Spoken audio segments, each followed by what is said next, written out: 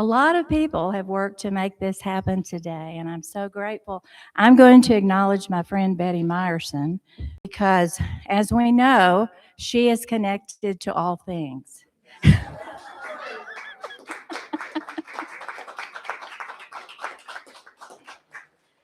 And so when we decided to do this program, she was the one who put me in contact with these people you see in front of you. We are so grateful for these representatives from our community to be here today. Marianne Ferretti has worked diligently to help make this happen. Marilyn Nicholson, the flowers. She is the flower queen. And then Yvonne Lewis is back preparing coffee and goodies for our hospitality time after the program. So thank you to everyone who helped make this happen. Now I'm going to get a little political, but I think y'all are the right crowd for that, aren't you? To a very inept and cruel administration that has run amok. These are very hard times for most Americans. Inflation is affecting grocery costs, gas prices are soaring.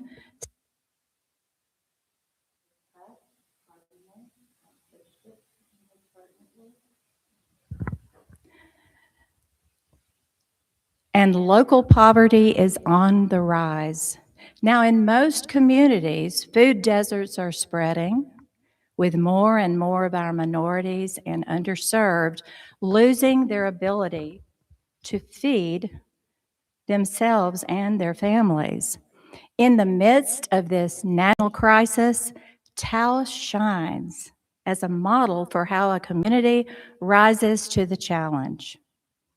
Thanks to years of resourcefulness, generosity, and hard work, Taos enjoys a robust network of food distribution for our community. So let's give Taos a hand.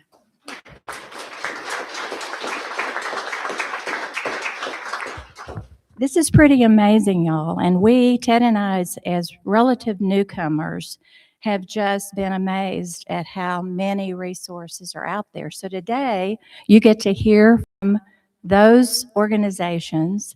We'll learn about them. We'll learn how perhaps they're a little different from each other. They'll also tell us how we can be supportive, how we can support them in their efforts. So you will hear from Micah Roseberry from Amigos Locale. You'll hear from Jared Rallison Elliott from El Pueblito Shared Table. You will hear from Punya Upadhyaya from Neem Karoli Baba Ashram. You'll hear from Rusty Gaston, St. James Pantry. And did I leave you out, Kat? Oh dear. We should not ever leave you out. Little Free Pantries, Kat Duff. I'm sorry for skipping you. So we are going to start with Micah Roseberry from Amigos Locale. And I will pass you. Okay, can you hear me? Is that correct? Okay, so I'm Micah Roseberry, and I am from Amigos Locale. Our nonprofit is called Agriculture Implementation, Research, and Education, or IRE, and we're about 10 years old. And I'm kind of like, I'm sitting here with all the heavyweights that are really passing out so much food every week, and I have to contribute that we do provide 800 meals a day to children in the school system. And the reason I want to bring that up is because that is USDA reimbursable, and we are using primarily local organic food. And we have the $4.69 per meal kind of cap, which includes the labor. So we're kind of like a food producing machine. And that can be expanded through the community, and it could possibly be creatively interwoven into food security. So we also support farmers and ranchers. We buy from them. We have local beef, local bison, and we have 2 walk-in coolers, and we just were able to receive a refrigerated truck that we're going to be using to go south and go north, but primarily the San Luis Valley is a big source of food for us. That's part of our food shed. There's an arbitrary state line there. I forgot to start my clock. um, so what we want to do is bring our food shed closer, because most of the food that all of us are distributing, that all of us are buying at the grocery store, is still coming from California, from, miles away, right? And so we really, for food security for all of us, those in need, and everyone sitting here, we need to bring that regional food system closer. And so that's what we are working on. And that can be food that can be used in many different programs. So, we're talking about, I still have carrots that are stored from last fall that are beautiful and crispy, and we're using that are better than anything we could buy at the store right now. So there's a lot of food, apples, carrots, beets, onions, potatoes. We just purchased 2,000 pounds of potatoes at the farmhouse. I also own the Farmhouse Cafe. And during the pandemic, we actually ordered $5,000 worth of seeds and $5,000 worth of food just immediately, so that we could help support boxes out to people. We started a CSA at that point with 10 different farms with 200 people, because I don't know if you remember, there was no farmers market, there were no restaurants allowed to open. You could hardly get to the grocery store, and there was no market for our local farmers. So our farmers market is 1%. It's really less than 1% of all the food we consume in Taos County. So even though it's beautiful and lovely and we could all go there and fill our bags, it's not going to feed us if we have to really get local. So that's just a sobering fact. So what we've been working on, and I use the lunch program, I call it Building the Local Farming Network, on the back of the USDA school lunch program. Because I figured if we can feed, there's like 3,000 kids, then we can learn how to do that, and then we can feed their families and expand from there. So I haven't been able to move the municipal district over yet, but there's new state requirements for things to be more local, for things to be scratch cooking. But what I want to get to is that there is like an afternoon program where anybody age 1 through 18 can eat for free during 3:30 to 5:30. That could be served at all of our schools, our community centers. It could be served at facilities that give out food, and that is reimbursable. So in other words, we buy it, we cook it, and it's reimbursed. So it's another different funding source where, it still depends on that we have a government and that they're making payments. But so far, those programs have not been gutted.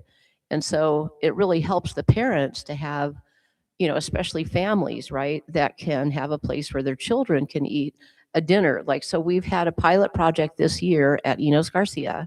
So we've been feeding 50 children every day after school.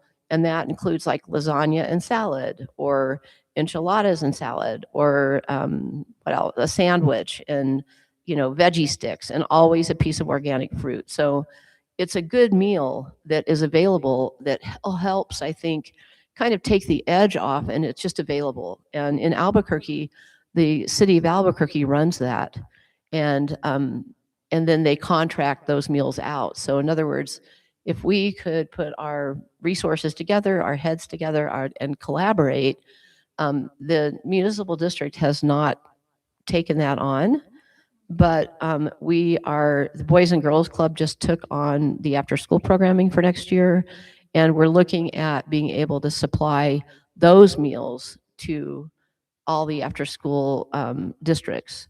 The other thing that I just want to mention, that's called the CACFP program, by the way. In our CSA, we also have people that donate a share. So right now we have 2 shares that every week people come and pick up their share. And so there's 2 shares of vegetables that would be available just through my program. But that's a way that we could start to purchase local food. if people wanted to contribute to, and that's supporting 10 local farmers. So what I'm looking at is how to get the money to the farmers so that they can produce more and that we can start to create a system that is local. And I do want to say that I have in the past been in conversation with the shared table. It didn't come to fruition because it was right during, I think, that pandemic time that we were looking at a $10,000 grant that would go to the farmers to produce carrots, onions, the basic kind of are not, too fancy, just everyone uses them. And that way, part of the budget would start to go toward, I think we're going to renew that conversation. And the other thing is that we have local ranchers that have beef that are, need help storing, they need help selling, and we work with them also because I think that local protein is a really important source for us. And I'll just be honest, I came here as a vegetarian and thought all those cows were overgrazing and that we should just be growing vegetables. And now I'm a big proponent of ranchers because they hold a lot of our water rights. They take care of a lot of land. And those cows, they have a great view and they have a great life. And they're they're really healthy. And they actually can help provide for our local needs. And so I think the other thing I wanted to mention is I do have the what is it called? It's the social book club that meets at UNM, and they come once a month to Amigos Locale and they cook for Nest.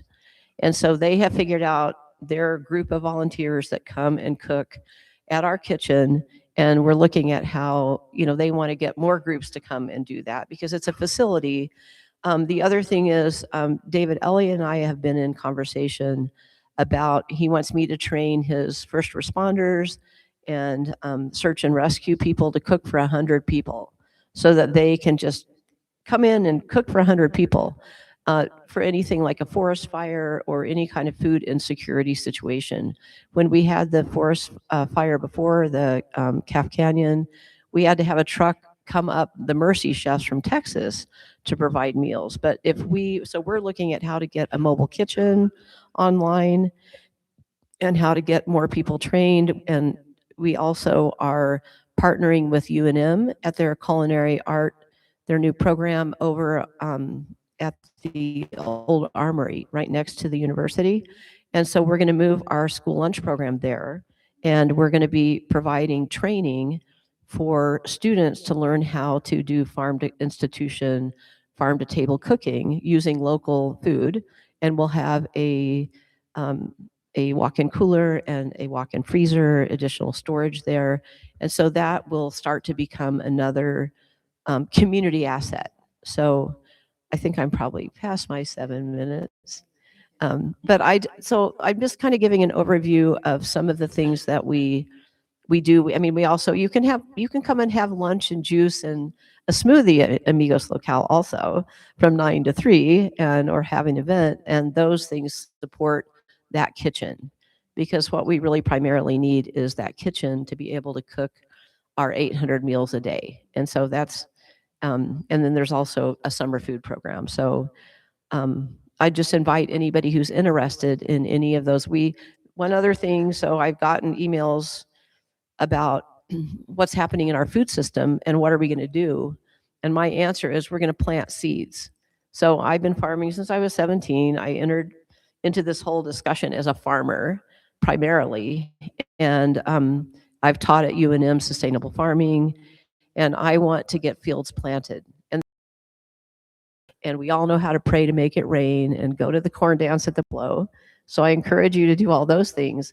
But primarily, I think if we can get some fields planted, and we have a lot of volunteers, we have a lot of young people who want to participate. And so I think that may be a way that I can contribute that could maybe get food over to the people that really know how to distribute food in this community, if we can start to really pick up that local production.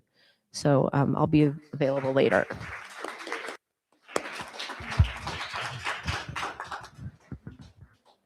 Thanks, Micah. I know Micah has been teaching and feeding our kids and our community for decades, and she's one of our treasures. My name is Kat Duff. Can you hear me? There's better. Okay. I am with Taos Immigrant Allies that oversees the free food pantries here in town. You've probably seen our colorfully painted boxes around and about. There's one on Gusdorf around the corner from here, one at the library, one in Seco, one at Baca Park. We have 8 locations around and about. And these are, the way we see it is we fill a need for the people who are kind of the cracks in the systems for the major feeding that we have going on here. The people, as best we can tell, who use the pantries don't have cars, may not have homes, or their home is not safe. And so a lot of food goes overnight when we aren't watching the boxes. So these are, you can think of times in your life when you've been out on the streets, maybe even after a fight with a partner and you're walking around. That's the state, that's the kind of state that you're in when you're on the streets, even if you're 12. And so for there to be a box you can open up and have something to eat is big. We unfortunately cannot have fresh foods, or it's hard to get healthy foods in there because they have to be non-perishable. They are filled by individuals who volunteer from the community to, say, take food over 1 day a week. I work on the Gusdorf one now. I have Tuesdays. It costs me $20, $25 to get things like, what we find, the things that go immediately are anything you can eat immediately. So cans don't work well. Bags of rice, bags of beans, these are not people who have stoves and they can hang out with. So things you can eat quickly, a lot of power bars, or every now and then I throw in a few bananas because you peel them, you know, but a lot of canned tuna, canned meats. We also will provide things like dog food or personal care items. Toothbrushes always go immediately. Who would think? So to me, it's fun to watch the box. If I'm going to town, I swing by there and just see what's in the box or not. So I can really keep track of what are the needs of the people who, for one reason or another, don't feel safe or able to get in a car and go to a weekly distribution place or go anywhere. So we started back in 2016, and then the pandemic happened, and we pretty much have it filled that most days there is someone bringing something. Sometimes a church will take on responsibility, and they may have enough members that it's once a month you go and fill. I also find that you have to take out trash, and sometimes people who pick up at the distribution sites will drop off the items they don't want, which is a thoughtful thing to pass on the food to someone else. But we do end up with a lot of bags of rice and beans, which are hard to find people to take. But even things like chili, if it can be opened, if it's the kind that you just pull open, they'll go like that. Whereas a can of chili that needs a can opener sits. So it lets the kind of hunger and the kind of need that this little project fulfills. It meets, and it also means that there's lots of individuals who are contributing individually. And I have found, I don't live in this immediate neighborhood, but I found that since I go there all the time, I've been meeting neighbors, and sometimes they help me clean out the box, or they say, oh, they lost their job, they were visiting a friend, but now it's going to be a long walk home, and they thought they'd stop by and check out the box. And here was some food, and she helped me sort out what we could keep or not. So that's just the basic thing of what we do. It's a small, very specific project to a specific clientele. Anyone interested in participating in some way, I have a few cards here with my name and phone number on the back if you want to participate. Mhm.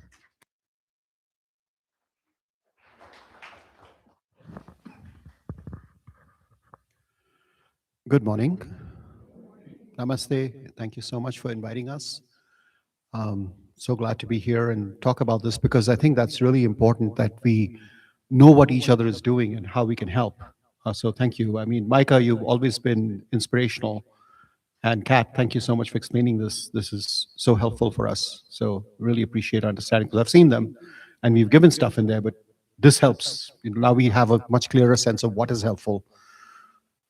Oh, bags of rice and beans. So bad.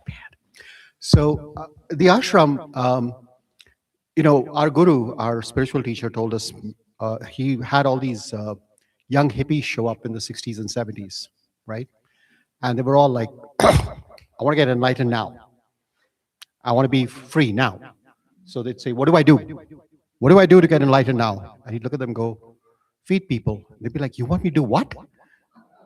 I thought you were going to teach me a meditation technique. And he's like, no, feed people, serve people. And so eventually over time, they understood that. It takes a while to learn something that's totally against your mental model of how to grow. And so we've had feeding people as a critical part of our efforts since the 1980s. Sometimes we've done well, sometimes we've done badly, but that's been a key part of it. So there's basically three parts to what we do. One is we make meals and serve them, and everyone comes. So a lot of the folks from the nest, a lot of other folks who from town come, and we welcome everyone to come eat. These are all vegetarian meals. That's part of our tradition. And the meals we serve, at the moment we're slightly understaffed, but we're getting staffing going up. So at our peak, we were serving 21 meals a week, 3 meals a day, 7 days a week. And that was like we were serving about 2,500 people through that. But nowadays it's about 5 or 6 meals a week, Saturday, Sunday, Tuesday, a couple of ad hoc days. The meals we make, we try very hard to say that they should be pleasurable, right? So there's usually dessert, there's usually, some richness in that. We use a lot of rich ingredients for that.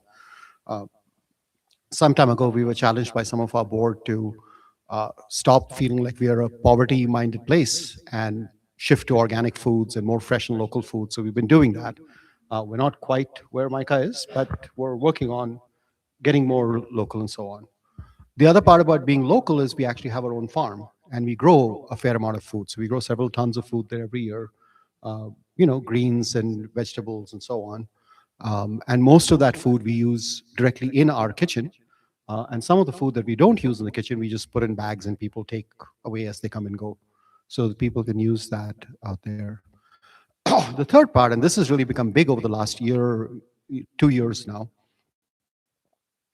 Yeah, 2-3 years, is donations of food. So we get a lot of visitors from, our temple is just bursting, right, with visitors. People come from all over the country in Canada and Europe and so on to visit us.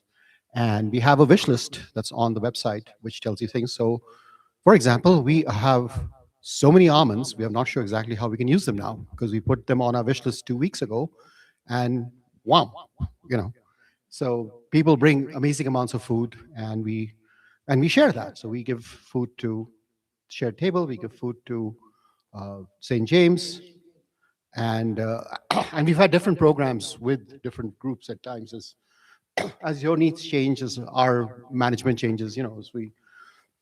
But also we've worked with the immigrant groups, and we've had folks directly come and take, because they can use bags of rice and beans, right? And so they can come and take stuff directly from us. And so if you know anybody who could appreciate that, just let me know and I'll be happy to go set up a time for them to come and take a carload. We give food to a lot of the other local religious centers. So there's a Buddhist, the Sikh center down in Espanola. There's other centers, and I have many centers that could use food, like they're doing that, we're happy to do it. Again, come drive up, we'll fill your car for you. And finally, we actually make pallets every couple of weeks and set it down to the food depot, and they redistribute the food. So the generosity of the folks who come visit us is amazing. And so we have a barn now that's been converted into food storage. And every couple of weeks, we fill out at least between 1 and 3 pallets and send them down to the food depot to then be redistributed across New Mexico. So that's our.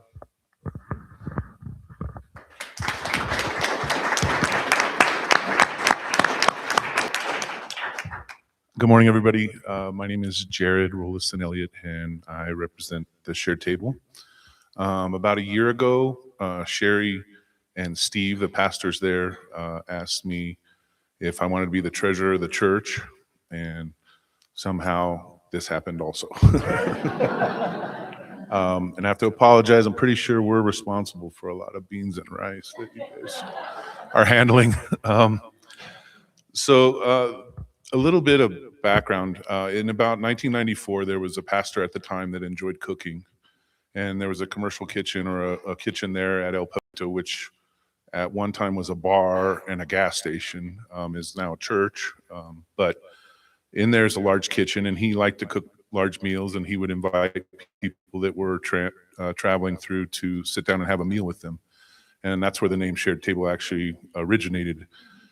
Steve Wired was our pastor for a good number of years there, and he supported and grew that program. And then about 8 years ago, Sherry Lyon came in, and those of you that know Sherry, she's a treasure and should be protected at all costs. And if you ever look at her feet, they're tiny, but I'm going to tell you, they're huge shoes to fit into. No, they're just amazing people, and I feel blessed to be able to stand on the shoulder of giants in a sense. But our mission is that sort of born of the scripture in the Bible, Matthew 25, geared towards feeding people, right? It's a similar concept, and I became the director, I guess, about a month ago, from what they tell me. And it's been amazing. It's been an amazing learning process. But those of you who don't know a whole lot about us, you might know that we clog up the traffic every second and fourth Wednesday in El Prado, and we completely take over the Talbot Community Center on Wednesday afternoons the same days. So at present, we produce boxes, right? Like boxes, household boxes. We don't rely on federal funding, so we're able to essentially feed whoever comes up, and we don't have to ask them a whole lot of questions other than how many people are in their household, what's their phone number, and their first and last names. So we have people that will come and pick up as many as 20 boxes and take them out on the Mesa or Tres Piedras. We're producing about 1,200 boxes. And so that breaks out to about 600 per distribution. And that works out to about 350 that are done in the El Pueblito parking lot. And then the rest are done down at the Talpa Community Community Center. And we also we deliver boxes to homebound neighbors and schools and that. One of the larger opportunities, I guess, within our operation has been our diaper program. We are now serving about 120 for their diapers, and we produce that once a month and give it out. We do Thanksgiving meals and Easter meals and these types of things, but our goal is to produce about a 30-pound box of food that's distributed with the goal of feeding about 3 or 4 people for about 3 or 4 days. Within that box, we shoot for 7 to 9 pounds of fresh produce to go in there. And we work, as Micah said, I believe we're going to be having lunch next week to kind of to revisit those conversations.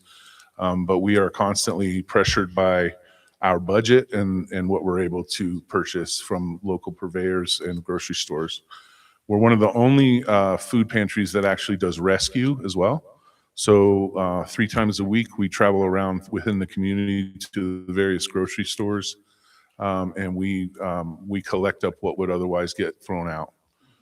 We have 2 large walk-in freezers that allow us to immediately take it back and sort of freeze it down and make sure that it's still safe and edible for those people that come through. And yeah, and then the whole church turns into this crazy madness where boxes and paper and people and everything is flying kind of every direction. And it's at a fevered pitch, to be honest. We're very much at the upper limit of our capacity at this point as it relates to space and our ability to find cost-effective options for what goes into our box.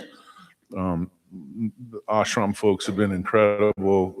You know, it's been an amazing opportunity to be a part of something that draws between 50 and 60 volunteers every other week. And without the financial support and without those bodies to come in and do the work, we would not in any way be able to do what we do. We have no full-time employees. So there's 3 of us that are there part-time. We have an office manager, myself, and then we have an operations director that you'll see driving around in the van all over the place, dragging trailers. But yeah, it's an incredible program that I'm super grateful to be a part of. As I said, it happens every second and fourth Wednesday. And why do we do this? You know, New Mexico is one of the poorest states in the entire country. Statistics right now show us that families are spending over 50% of their income just on rent alone, on their housing. About a third of their income would go to food. And so our goal is to be a hand up, not a hand out. We are currently seeing between 30 and 40 new signups each distribution that we're doing. So we're seeing some of the effect of some of these things that are going on. When we turn on the television every day, there's like a new and different kind of nightmare that we face, right? And I feel extremely grateful to be a part of something that is actually doing something instead of just spinning ourselves around with anger and grief and, you know, wringing our hands in the corner, so to speak. It's actionable and it's exciting. So that's what we do and why we do it. As just a plug, we accept donations of money, obviously, foodstuffs and items like that. But we also do things like the plastic bags that you might bring home from the grocery store and not have anything to do with them. We accept those donations because that's what we put our vegetable bags together with. Boxes, cardboard boxes. Every box of food goes out to our clients in a box. And so if you have boxes that you aren't using, obviously we're able to take those type of items as well. And then your time, right? If there's an opportunity that you might have to come and hang out with us, I promise you, we fire up the coffee machine and we cut up cut up oranges and make. Sherry makes cookies, so we're gonna need her to keep doing that forever, also. But no, it's a lot of fun, but the need is increasing in what feels to be sort of an exponential way, and I'm just really grateful to be sitting at this table with these amazing people because I don't know the answer, right? But I know that we'll be there every Wednesday on the 2nd and 4th. So thank you.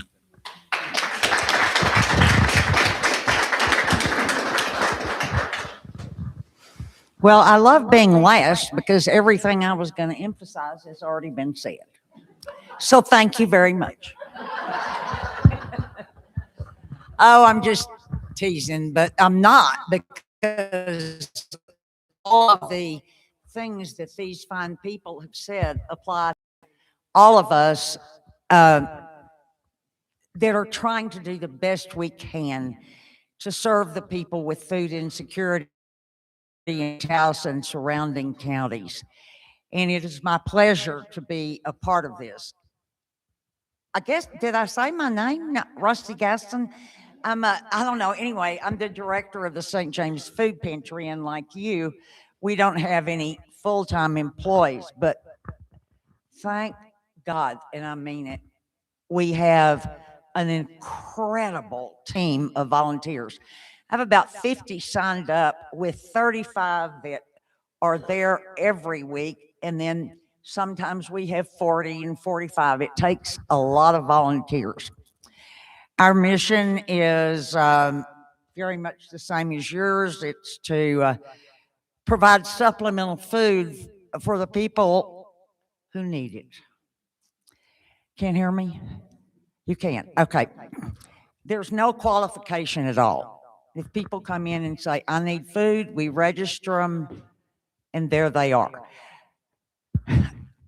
This year, we have almost 1,300 people registered. And the reason I'm telling you that is because it's twice as many as we've ever had before. It doesn't mean we have 1,300 people coming in each week. And that's what is important, the number of people to whom we distribute or that we serve every week. I love my job. It absolutely keeps an old lady going. And I've said many times, it's the only job I've ever had where I wish I could go out of business, that the need would be gone. But in the last 2 years, it has been incredibly growing. The prices of food are growing, the need is going, and everybody feels that to some extent. And so I'm going to put this down for a minute. Food prices go up, donations go down. And we are very lucky and grateful at St. James because we are funded almost 100% by donations. A few grants, not nearly enough. And then we have one big fundraiser in October, Empty Bowls, that for the last couple of years has provided us with over $40,000. But you should know that that's not a third of my budget. So, I mean, it takes a lot of people with generous hearts to keep the St. James Food Pantry running. We're over 30 years old. We started handing out beans, rice, and oats from the janitor's closet years ago. And we still hand out beans, rice, and oats. And people come in on Monday morning. Volunteers are about 12 to 15 that come in and bag those from big, bulky bags and put them in pound bags so that we pass those out in our distribution every week. But we also have protein, dairy, fresh produce, and those things that we are able to purchase from the food depot for minimal cost, and some of it, the commodities are free. Now, with the commodities, that makes us part of their federal government program. And the only part of my job that I don't like is the paperwork I have to fill out for them. Lucky you. But it's really important as they know how many people to whom we're distributing each week. That's how they decide the amount of food they are going to send us. So that's why the registration is important. You know, we close at 3:30 and people will come in after that. And of course we give them food, but I just cringe because 5 of those people might make a huge difference in how much food we get. And by the way, thank you for your contributions to our food and YouTube. And as we all are, we're so happy to be here to hear what each other does. We distribute through 4 programs at St. James. The main one is our distribution on Thursdays, every Thursday, except Thanksgiving. But we do it the week before Thanksgiving and provide turkeys and all the trimmings and those kinds of things. And the distribution on Thursday is our largest distribution. I'm going to put on my glasses because I wrote some numbers down.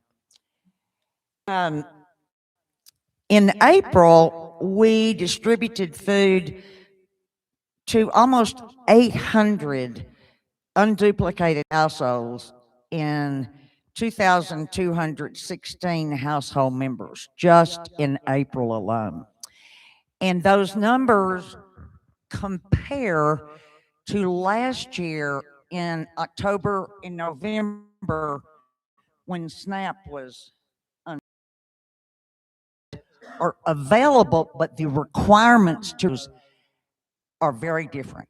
And so one of the things I'm doing now is finding people who want to come to volunteer, because I'll sign a letter that they can take with them to SNAP to say they have volunteered for this 8 hours that day. And I'm very grateful to them.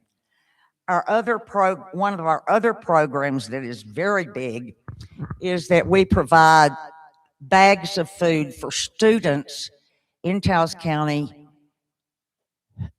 whose schools have let us know, we don't know who they are or anything, but like Taos High School will say, I need 150 bags. And we provide those for people, the kids who need food over the weekend. And there's a lot of food in there. Some of it's readily edible, and some of it is to be cooked but it's easy, so kids can do it. My budget for that program is $6,000, and year to date I've spent 10. So now we have people, the Taos High School, Enos Garcia, and some of the other schools that want us to continue through the summer. And I'm going to blow through my budget way bad. But what's a budget when kids are hungry? Our other programs are small, are very costly. One is that we provide youth and family center snacks, 100 snacks per week for kids that come for their after school program. And that's been a joy to us because they are so grateful. And we will continue to do that throughout the summer. Our other program, target population, is the same as little free pantries. And we take stuff to the little free pantry on Gustorf every Thursday. But it's our necessity bag program, and it's for people without homes. So it's a very specific program where we provide things not only to eat, for example, lip balm, hand warmers, gloves, socks, water, food that they don't have to cook, they can just open and eat. And we do 10 of those bags every week, and our parishioners pick them up. They're blessed, and then our parishioners pick them up and give them to people they see who are out homes, and they are so grateful. I was trying to think if there was anything else I needed to say, except I am very envious. I would like to steal Mike from you. No, he's the guy who drives around and rescues food and delivers food. And also, for those of you who have 2 freezers, all of that, I'm extremely envious because we at St. James are out of space. We use right now, and use and abuse, I might say, our parish hall for our distribution. Fortunately, we have had a capital campaign going on for how long, Betty? Couple of years.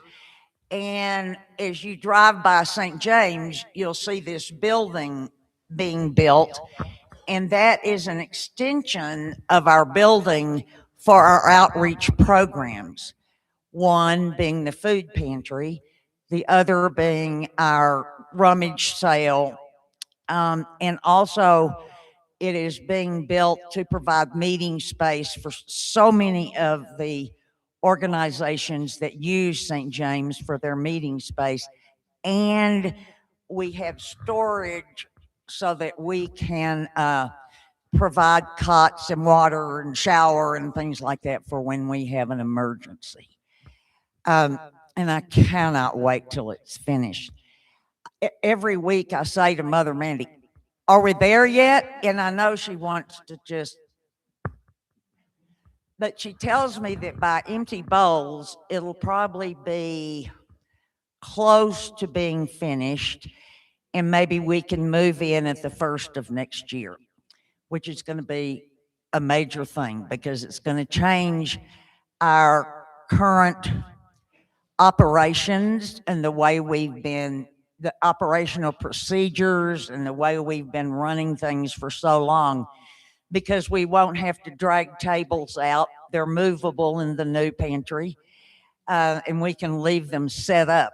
And hopefully, and our floors will be concrete, so we won't be having to replace the carpet in the parish hall every year. So we're very grateful for that capital campaign. We too need plastic bags and boxes. And anytime you have extra house goods or clothes or anything, we put those out right by our narthex for our clients to just pick up whatever they need. Different from our rummage sale, which is a fundraiser, but this is just a giveaway. And I'll tell you, the thing that keeps me going and lifts my heart every week is how grateful our clients are. I mean, they know my name because I'm always going in there and talking to them and teasing them and stuff like that. But they leave by saying, thank you so much. We are so grateful. And so we just keep hoping and praying that donations will continue to come in so that we can continue to serve and distribute food to our enormous number of clients. Thanks.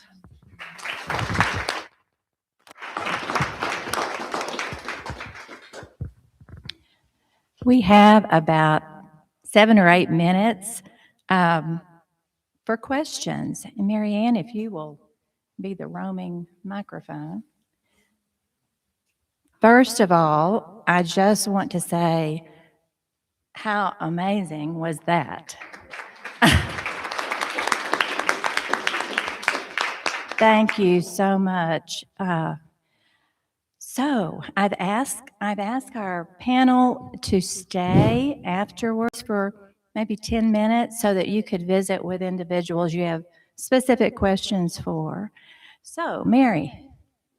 Oh, so much. It's just amazing to hear how caring you are and how much you do. And Micah, I have a specific question. I went to, I think it was a fundraiser at a restaurant that, I forgot the name it used to be, but they said that Micah owns this now, and it is a place right on the Paseo, and you can eat there, and part of the income goes directly to True. And how do you do all this stuff? Okay. I think you're talking probably about Amigos Locale. It's where the old used to be. And so we have fundraisers, we have farm-to-table dinners, we have an email list, which I should have brought. I do have some cards up here with contact information that you can get on an email list about events. We just had a seed event yesterday with, because we're really looking at how to build that food resilience. So whenever you come daily between 9 to 3 and purchase anything, it does support our school lunch program. It supports that kitchen that the interns work in, or the people that cook for Nest. And we are training, I feel like the young people really need to be engaged. We need their help. I need their help. You need their help. And so if they can, and they're excited about cooking, and they're excited about making a difference. And so we also have, I don't know if I mentioned that, programming at the schools with gardens and high tunnel greenhouses, so that they can start to learn to connect their food. And actually, I promise them, I know there's a government program that people can get free high tunnel greenhouses on your land, and you're going to need someone to manage that. I said, hey, you guys pay attention. You're going to get a job out of this, and we can pay you to manage these greenhouses. So I'm kind of, in a way, starting from the, the bottom up. In a way, some of this may not come to fruition immediately, but did I answer your question? Exactly. You can have coffee, lunch. We have smoothies, juices, sandwiches, soups, etc. Delicious food. And also you have things that you sell. You have produce, you have meat, and you have gifts. We have local bison and local beef really that are really good that you could come and support those measures directly. Anyone else? All right. Yes, May. Thank you all for being here today. I know that the ashram provides hot meals. To your knowledge, are there any other soup kitchens that are available to people on a daily basis where they can go and get something that has been cooked? Sorry, I'm somewhat new to town.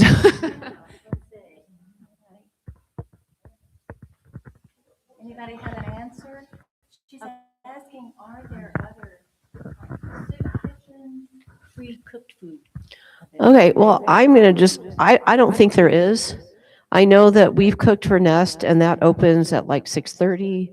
And I believe that, I think anyone can go there and eat. Primarily, it's the people that stay there. And I have been really tempted. I mean, if you stop by my place, you don't leave empty-handed. But it's really difficult because I'm also under pressure from the landlord. Like, there's a lot of homeless people, and they are all over town, and everyone is trying to push them away. And I understand it's a big problem. So we have a few $1 million in our county for the opioid crisis. And I know that I think they are finally going to open up a detox center. But I'd like to know where that support is for all of us, because I see a lot of, I don't even want to ask you to raise your hand, but I know every one of you is contributing somewhere to one of these organizations or volunteering. And I just want to also mention that 2 years ago, I spoke here about a $1.4 million grant we got from the state to build food security here. And there were people in this audience who came forward and said, what else help do you need? And they helped get a walk-in cooler at the day school at the Pueblo. They had no place to put fresh fruits and vegetables, and a high tunnel greenhouse at the middle school. And I'm just going to mention our good friend Betty one more time back there, who connects all the dots and knows everybody, that really sees the value in this. And I think I feel that we need an answer to that. And one thing I just want to mention, this is a quick little thing, but somebody called me up and said, there's a peace march coming through town, and there's kids from all the schools joining. Can you make 250 burritos? I'm like, well, we're already making, how many, 400, let's just make more. And we actually got food from the ashram donated to help us do that, because of course I said yes, but it's hard to stretch, how much can you carry? And that was just a quick demonstration, though, that we were able to make that, and those kids all got fed.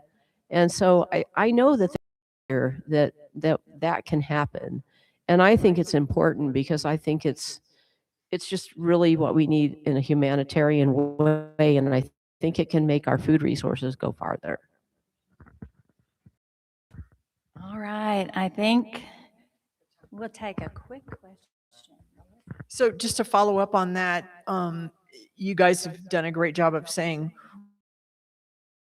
specifically, but Paul, we need a cooked food kind of mission, or are there other things that, because that's another pressure point we can apply, and I hadn't thought about it until you said that, but if everybody could say what they'd like us to pressure people for that are in elected office. I think most of us belong to a group of people called 100% Food Action. And the people who are on that are county commissioners, city councilors, and those in the Taos Community Foundation. And so you can go on their website and influence people.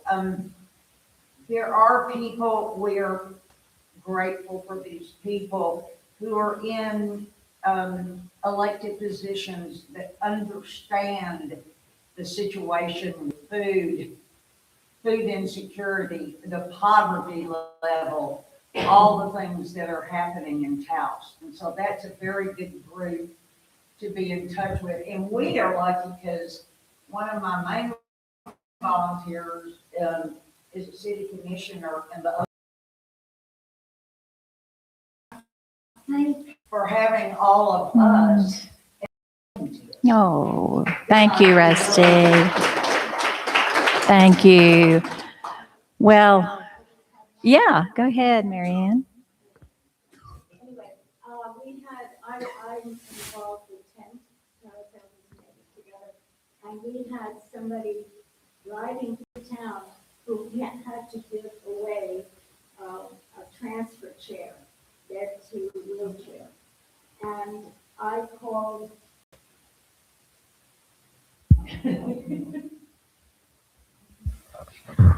called St. James, and I was able to send that person to St. James on the day that they could donate this. So I think that's a need that I think it's wonderful, because I know St. James has that free box. So anything, towels, sheets, anything that you just, all of us have to get rid of things at our age, at my age. Anyway, so thank you all for that. Was such like that. Yeah, that's great. I want to acknowledge another person operating the video. This will be streamed, and I'm thinking between Marianne and Mary and I, we may go through and watch this and do some bullet points that we can put out in our newsletter and in other, because incredible information. So we will work on that. But share with friends, family, that this is streaming on our website, or will be. And thank you. Marianne, anything else? Yes, our next fifth Sunday program is, Mary, what day is that? Mary Schaffer is.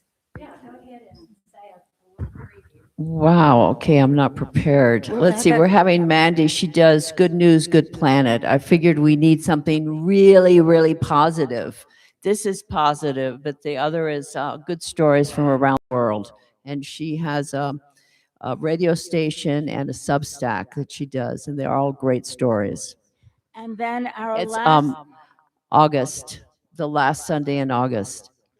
and our last fifth Sunday program is in November, and Mary Gray and I will be putting something together with Nest, and I'm going to try to get other people involved.